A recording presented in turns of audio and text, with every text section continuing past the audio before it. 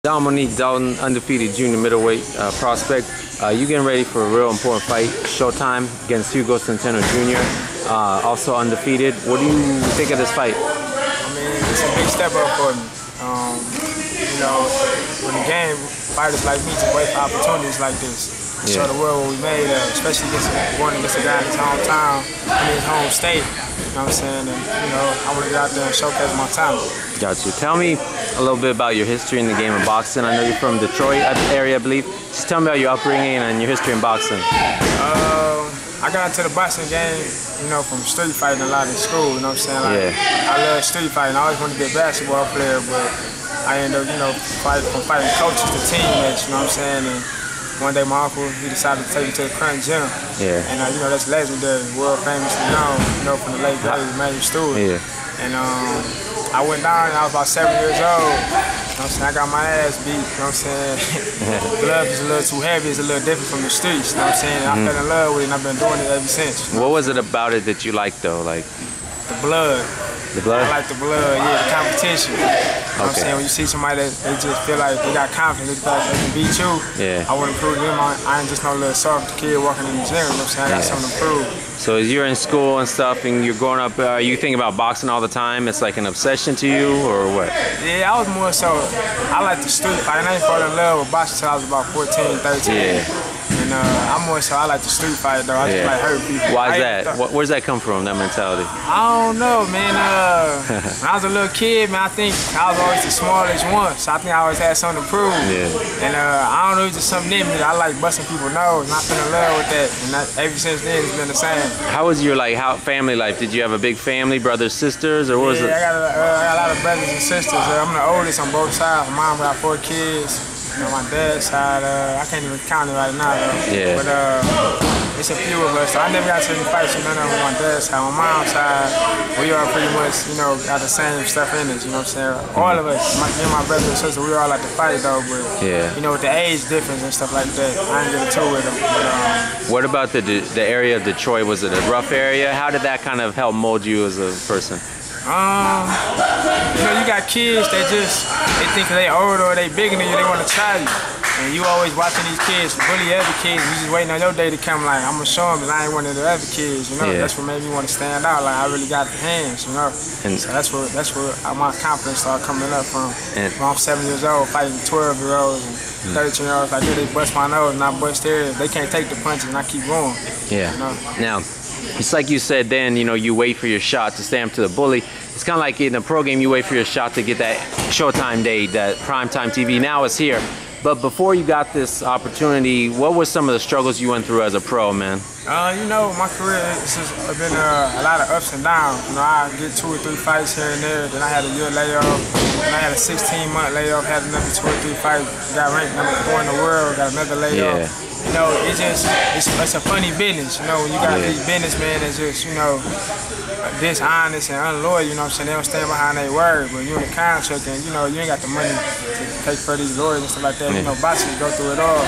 But it's all about keeping your head on and making it through the ring, you know what I'm saying? And, you know, next thing you know, you get a call like this, all you can do is prepare for yourself. When you mention the layoffs, you know, 16-month layoff, whatever, when you have them layoffs, how do you like, what keeps you busy during that downtime? How do you not get frustrated?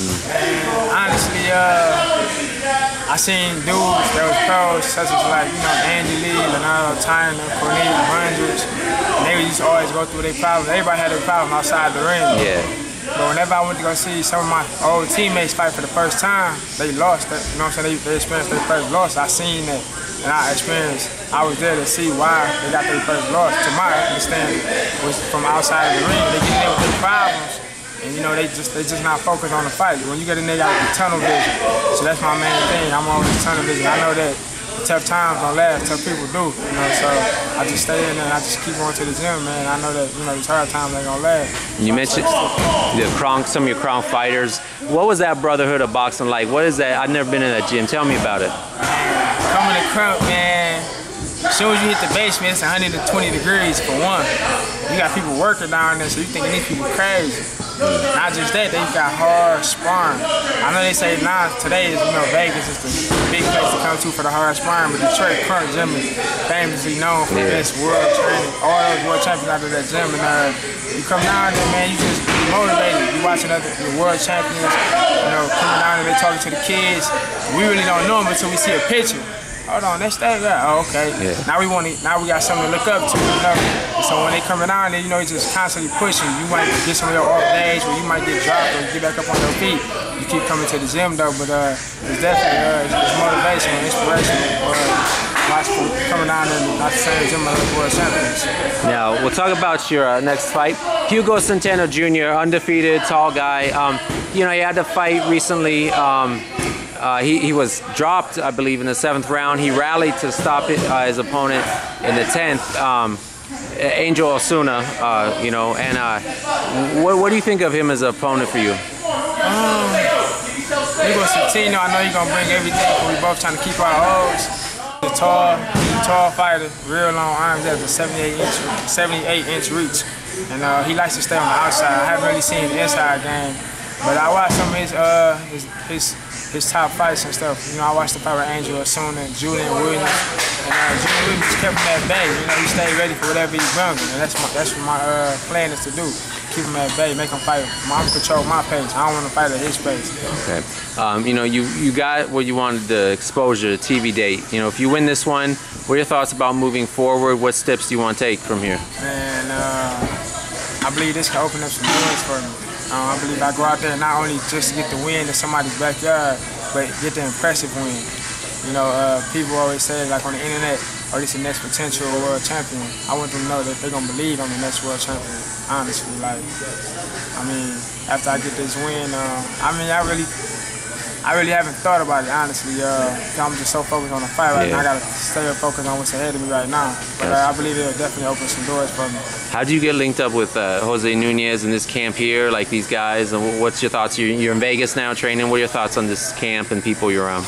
I got with Jose in Miami. He seen me down there working with him. That's when, at the time, I was signed with the Quinity Sports, who partnered up with Iron Mike Productions. Yeah, right. And he told me, he's like, you know, you got some talent, man. You know, like, if you ever have some hard times, you know, just holler, you know what I'm saying? I guess he knew what was going on or whatever, whatnot. But, you know, I had another layoff. He reached out to me. We connected. He brought me to camp. And he got a guy, Lee Beard from England. He knows the game. He's a real good strategy coach. Pretty different with the head mitch, but he know what he's doing. I just got to adapt to it in a short period of time. But, you know, you got to be able to adjust in the ring, though. Yeah, Lee Beard, you know, he also works with Argenis Mendez, won a title with him. Well, what's it like for you working with a new coach? Like, how do you have to go from maybe learning a certain style to implementing a few new elements to your game? Well, you know, first, coming out of Kronk Gym, you always got guys coming in there from all over the world. Andy Lee's from Ireland. You know, I've been in there with Latimer Klitschko. Everybody got their different styles, so you got to know how to adjust. You know, so even when you're in there getting a hand mitch, it's all in the mind. You know, just got to learn how to adjust. And I adjusted pretty fast too, because if I didn't, I think it'd be a big problem in training camp with a trainer like that. What are some things about you and, you know, your maybe personal life or outside gym that people don't know about you that Domonique Dolton? I'm a hoop fiend, man. I go hoop any day at any time against anybody, especially for the money. Like, whoever talk about that hoop and stuff that's in the boxing game, y'all bring that money to the table, you're taking it, baby, for real. And what about, what's your motivation for why you do this? I believe my biggest motivation is not only do I get the opportunity to create a path for myself, and you know, this is a journey. It's a learning life experience,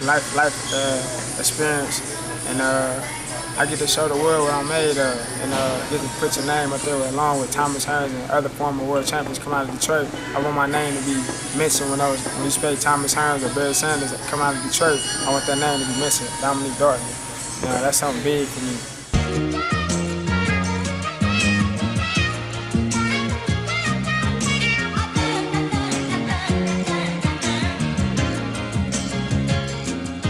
Now now I'm back in the game, just trying to display my name. I'm opening my delivery, so delivering my pain. And I show what I know through paper and pencil, cause I don't rap about swag, cause swag is for bitch show. Man, I thought you knew all the things that I've been through, so I'm retelling the story that I had admitted to.